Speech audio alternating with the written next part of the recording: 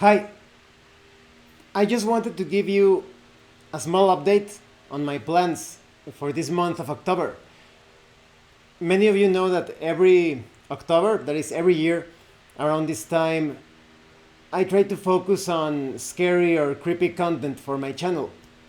I am always enthusiastic about reviewing and talking about different scary or horror related games, all sorts of stuff related with the supernatural, the occult, all of that. But every October I want to really put emphasis on that subject. I have several things planned, but I am quite open to suggestions.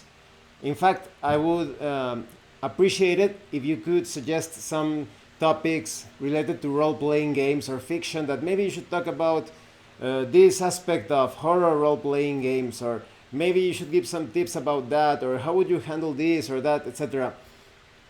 To get some videos in tune with the season. One of the things that I'm going to attempt to do is I'm going to bring out a video where I talk about a somewhat original take on the graveyard or cemetery adventure. Sometimes they feel a bit, well, I wouldn't say cliche, it can turn into a cliche, but sometimes it's very difficult to surprise someone when it comes to graveyards or cemeteries, because we have all seen those situations. In fact, some of us have learned to love those tropes in books, role playing games, movies, comic books. But I think I can offer a certain take on the matter based on occult philosophy, on a particular, let's say, legend. Yes, I think you could call it a legend.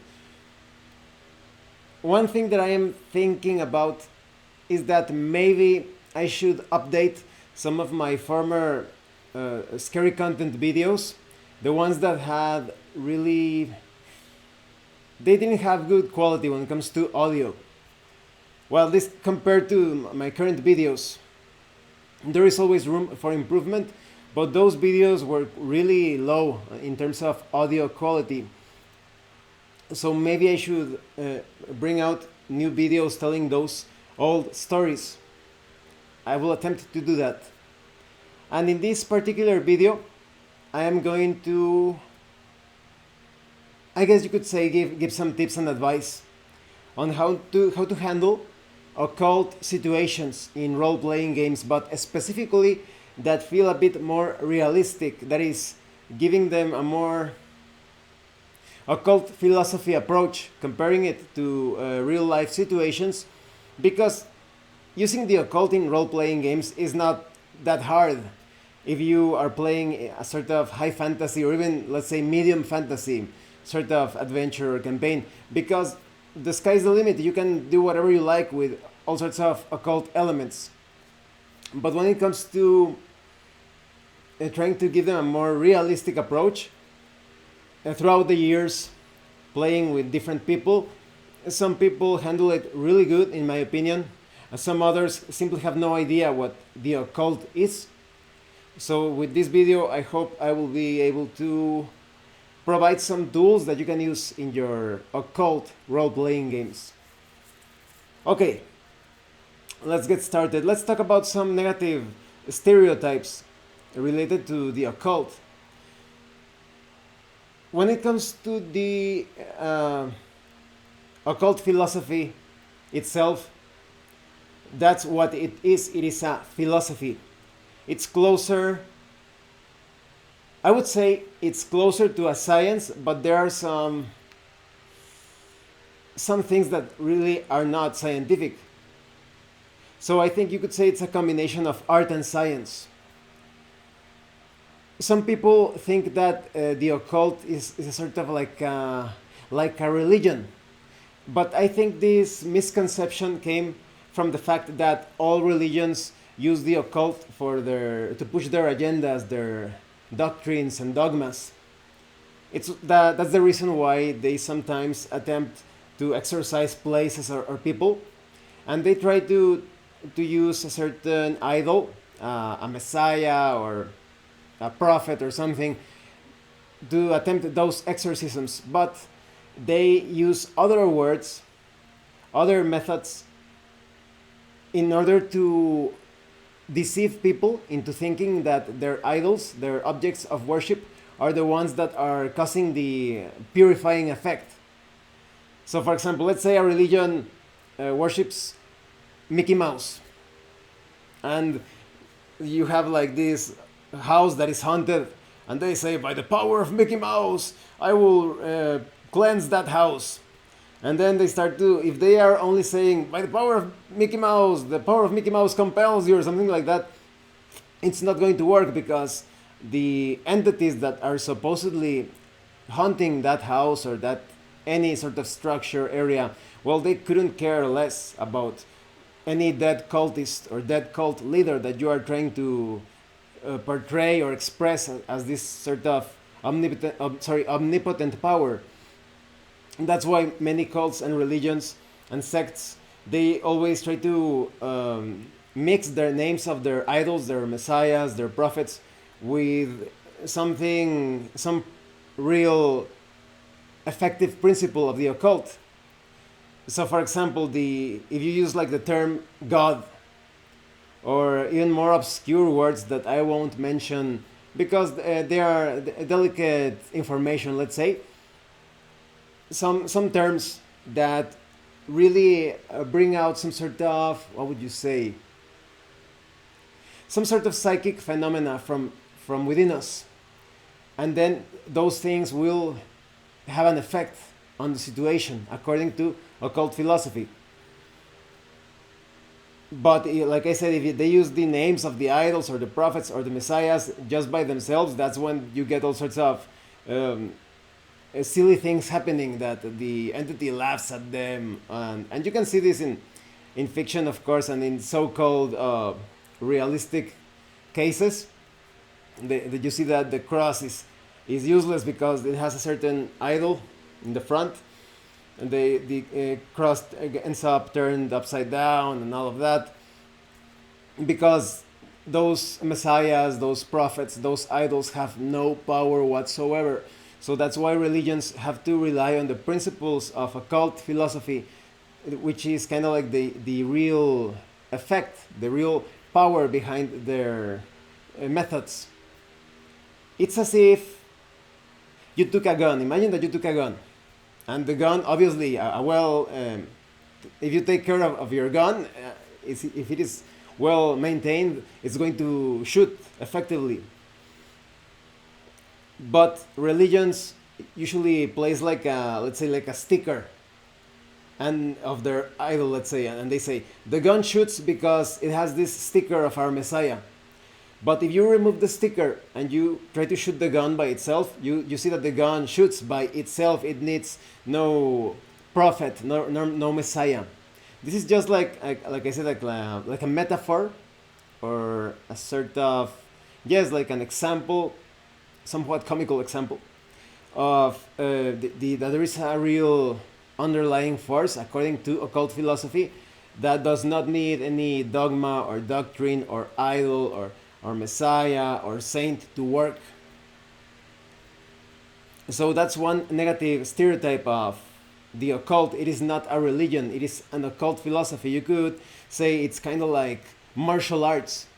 You practice martial arts, you are effective at different moves, and not because you are worshiping something. It's because that's the way your body moves, the way that you use your techniques, the methods. It works by itself. You don't need to worship something for it to work. Some idol. So, in fact, I would say that some discipline-related elements of the occult are quite close to serious martial arts as a self-defense combat method, especially if you apply it to techniques that law enforcement and different armies use. So, moving on, there is another negative stereotype or negative perception of the occult. that the practitioner is always this shady looking individual, very. Let me give you like a really negative example of the stereotype of an occultist. Maybe he's someone really out of shape, like I said, overweight, and has eye problems, needs glasses. He's bald, mm, with a lot of like gray or white hair. That the person looks like 20 or 30 years older. That person usually has some sort of vice. Maybe he or she is a heavy smoker, or they constantly drink coffee, they drink a lot of alcohol, they are into drugs. So those are all negative stereotypes, and many so-called occultists usually end up dying from very horrifying diseases, cancer, and problems related to the liver or the gallbladder, uh, kidney stones, things like that. So you have those very negative stereotypes of the occultist, that it's such an unhealthy individual, and in the mind he's morally bankrupt. He's ready to attempt all sorts of things just to obtain some sort of reward, some sort of benefit. So I think that the reason that stereotype is so projected, so much rooted in the general perception of the occult, is that because there is a bit of truth to it. And we will get into that in a few moments, but let's say that the principles and the forces that an occultist deals with, unless you are someone who has virtue as your objective, and if you are thankful with life, that is, if you have like a higher calling or a higher virtue in the human sense. Like I said, this is not tied to religion, this is just about being the best human being that you can possibly be.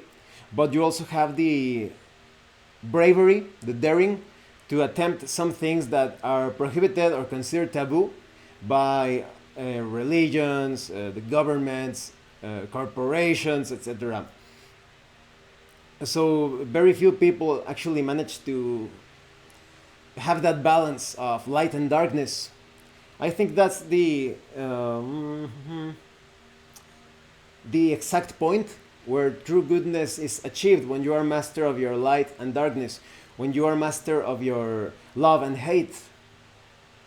That's a really good point. I think that also ties with the stereotype of the occultist. Many of the occultists are consumed by hate. That is, they cannot project their hate.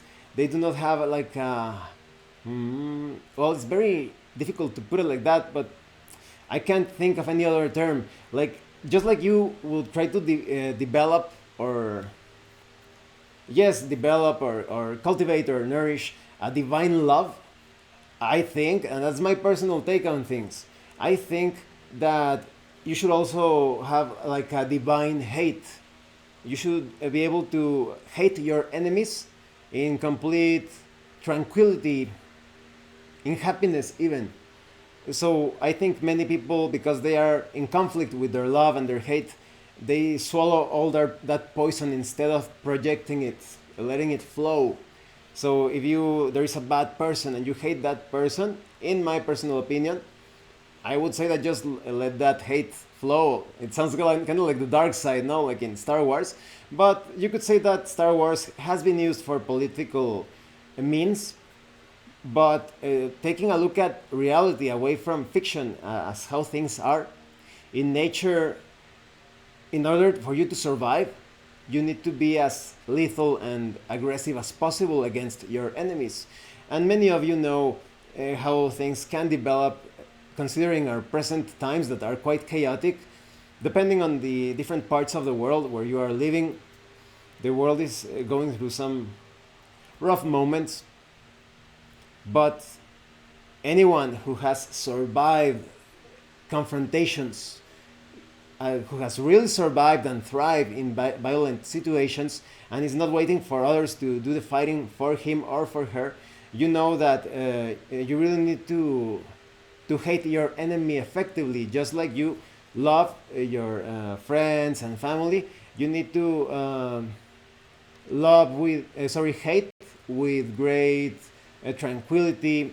Like I mentioned in my video where I talked about what Conan the Barbarian can teach us about life and survival and all of that, I'm going to put the link in the description below. You need to consider hate like a natural thing. It's natural to love and it's also natural to hate. And I think that many occultists are consumed by, or so-called occultists are consumed by that hate. So putting the occult in a more positive, just like a more positive angle or light, an occultist is someone who is attaining some sort of balance in all aspects of his or her own life. And you can see that reflected in the body of the occultist. They don't have to be like the most beautiful person when it comes to appearance.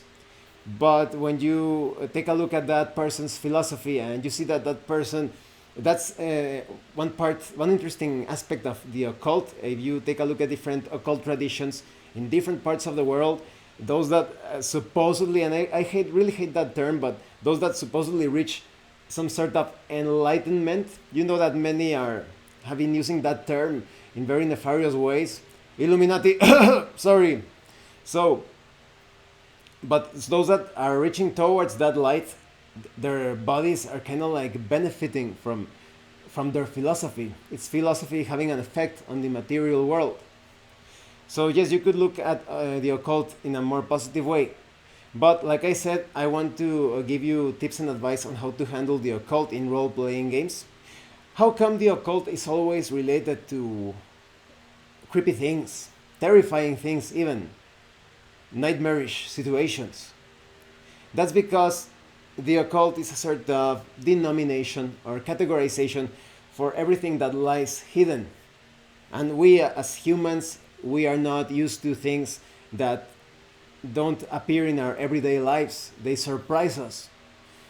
I don't remember the exact root of the or the meaning of the word, but I think that monster, yes, it's actually related to, it was monstrum. Maybe I'm getting some things wrong, but it's also related to demonstrate, monster, demonstrate. It's like the same root, that it's something that appears, it shows itself.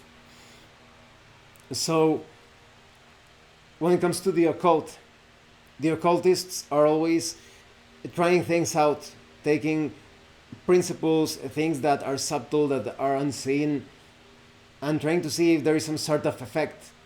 And when that effect makes itself known, because it is very different from our typical, what we would expect from reality, it can be quite scary. It's like those biblically accurate angels. You know, if you remove the propaganda of the angels always being like really cute looking, like flying babies, and or almost like men that kind of look like really pretty, or women that look incredibly pretty.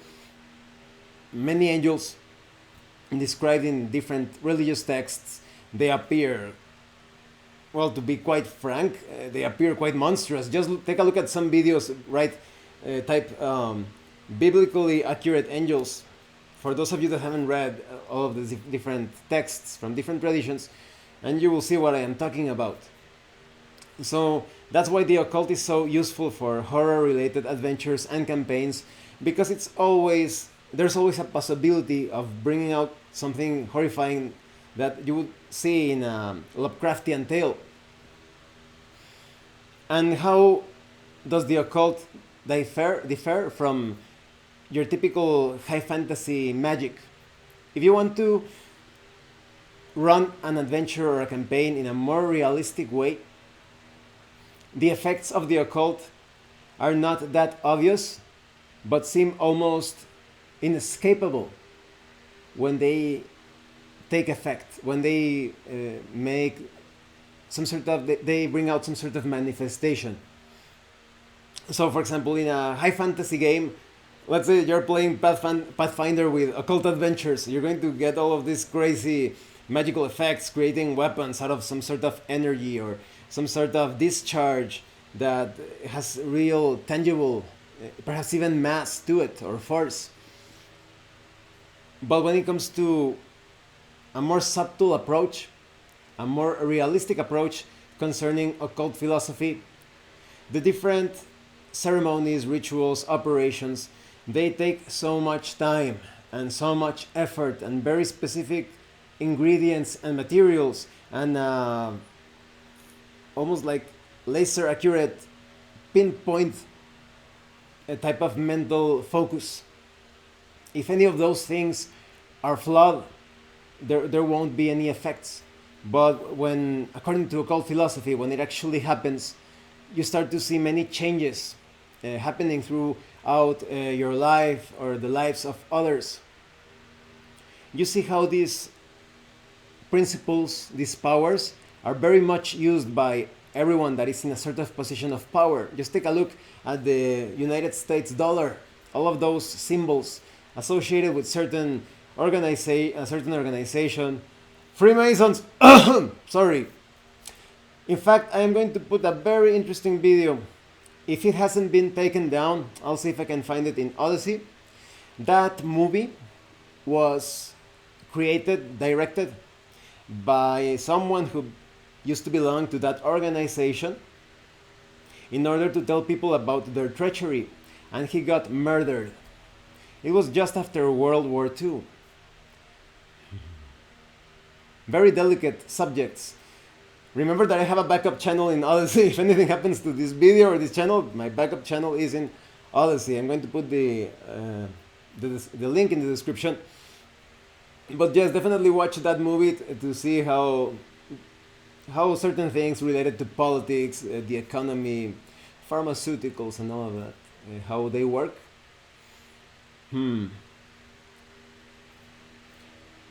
So once we take that into consideration, we start to see that those people in certain positions with a certain power, they rely a lot on occult principles.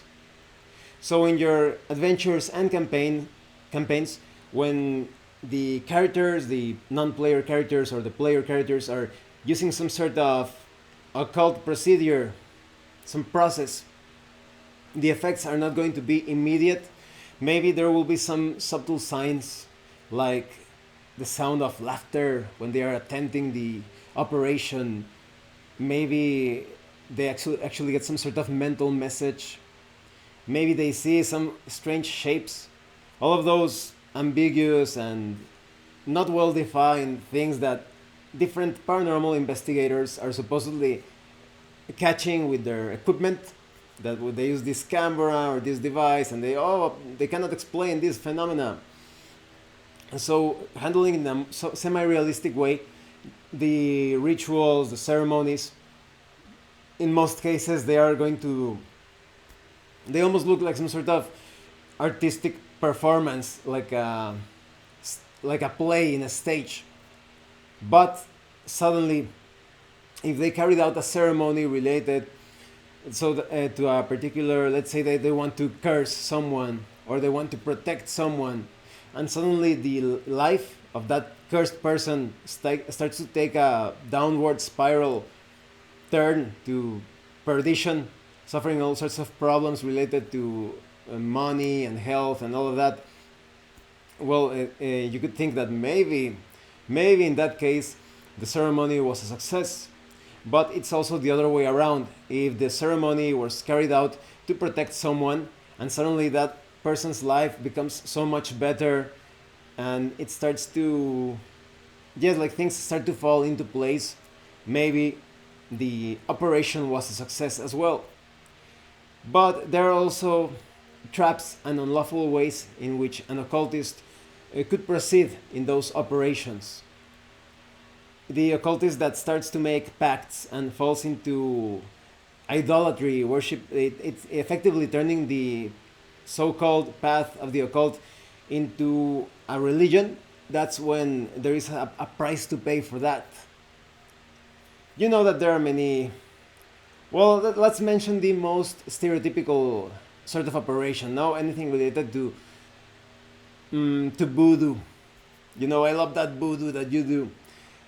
Oftentimes they carry out this just operations, but obtaining through the favor or through the power of some sort of entity, usually demonic, then that entity is going to ask for payment at a certain date, and oftentimes they do not know what the payment is. So maybe someone did something like, oh yeah, you want, who knows, you want a lot of money and you want to be in control of this country or whatever, and it is granted, but then they need to start sacrificing family members every who knows how many years. Or perhaps they need to create wars between people, between nations, and they need to kill many people to satiate or pay the price for that particular entity. Maybe they need to place something into people as if it was some sort of medicine. I really want to put a link, but I don't know if YouTube will take it down if I put it. Okay, I know what I'm going to do. In Odysee, look for the video called Lethal Injection, something that they put in your arm. Lethal Injection, the story of vaccination. It's very. I'm really trying to fool the YouTube algorithm, but just look, Lethal Injection, the story of the thing that they put into your arm, vaccination, and you will see some very interesting things. And like I said, always be a scientist. Like I mentioned in my video where I talk about Berserk, you need to verify things on your own. If there are people that are telling you to put that into you, into your body, and they are constantly sick, they have all sorts of chronic illnesses, like I said, you can see it in their eyes, in their movements, in their lack of energy, that is, they always look weak or sick, out of shape, and they are telling you to put that thing into you, into yourself. That's absurd. And if you look at those that reject those things and they look quite healthy, well, that's all the proof that you need. That's all the evidence that you need. Trust your observation. So back to the thing with the occult, I had to go through that tangent to show you the sort of prices that you need to pay with those pacts when the occult turns into a religion. So in your campaigns, you could have this underlying current of different events that are happening because of the result of various ceremonies and rituals. And of course, this is related to grimoires in my... I'm going to put a link in the description to my scary related content. I talked about, I think it's there, when I talked about grimoires, that also could serve as inspiration for your adventures and campaigns. So definitely the occult works in a more subtle way. It is not the Bansian magic approach. It is something that you would see in a very toned down version of like a Lovecraft story where the old ones aren't appearing as obviously. It should be portrayed in a more subtle way. You remember Call of Cthulhu, of course. Everyone knows the short story, probably the most famous short story of Lovecraft, Call of Cthulhu. It takes a while for certain things to become apparent concerning the entities and concerning Cthulhu himself. That's a great way. If you want to handle things a bit more realistically, you could take the Call of Cthulhu structure and tone it down, really down, so that the creature, the source of the horror, isn't becoming so evident. Perhaps you could put it in a sort of doubt, or just like to question the validity or the existence of that entity. Maybe during the entire adventure or the campaign, the entity the occultists are fighting or they are trying to contact, it doesn't make itself known. The presence is almost non-existent, and only through very little hints here and there, you can maybe the player characters think maybe there is some truth to that entity. I'm also going to put a link to my Brotherhood of the Wolf or Le Pacte du Loup film, because that film also does a great job, in my opinion, to introduce occult elements. They never. You could watch the entire film thinking, well, the occult was not even there. There wasn't any sort of invisible influence over the movie, over the story. But if you make some relations or connections between the details that you see in certain rooms in the movie, considering the sect or the brotherhood, you know how those secret societies always work. You could be thinking, oh, that's why the bad guys were so successful, because they did those rituals, and the entities that they contacted, they basically maneuvered things so that they could be successful in their nefarious plans. So yes, I think that's it for today. I hope you found some of this information interesting for your occult adventures and campaigns. I am going to start reviewing an occult related role-playing game probably before the end of September or early October. It's actually really cool. It combines, it's basically Dungeons and Dragons 5th edition but modified, so that a more just like old World of Darkness mage sort of situations can be told through the mechanics and the story. Yes, so well, thank you for watching this video. If you have any comments or questions, please let me know, and I really want to know about your opinions on some ideas for some paranormal, supernatural, occult videos for this month of October. I'm going to start producing scary content from now on until the end of October. I really want to update some of my older videos. I'll see if I can do that this week or the next, if only maybe just a few. But yes, let me know about your thoughts, your ideas, like, oh, we would like it if you could talk about this or that, because I am looking for some concepts for videos. And thank you so much to those of you that have been supporting the channel by sending drive-through RPG gift certificates. If anyone else wants to further support the channel, the information on how to do that will be in the description below. Once again, thank you, and see you later.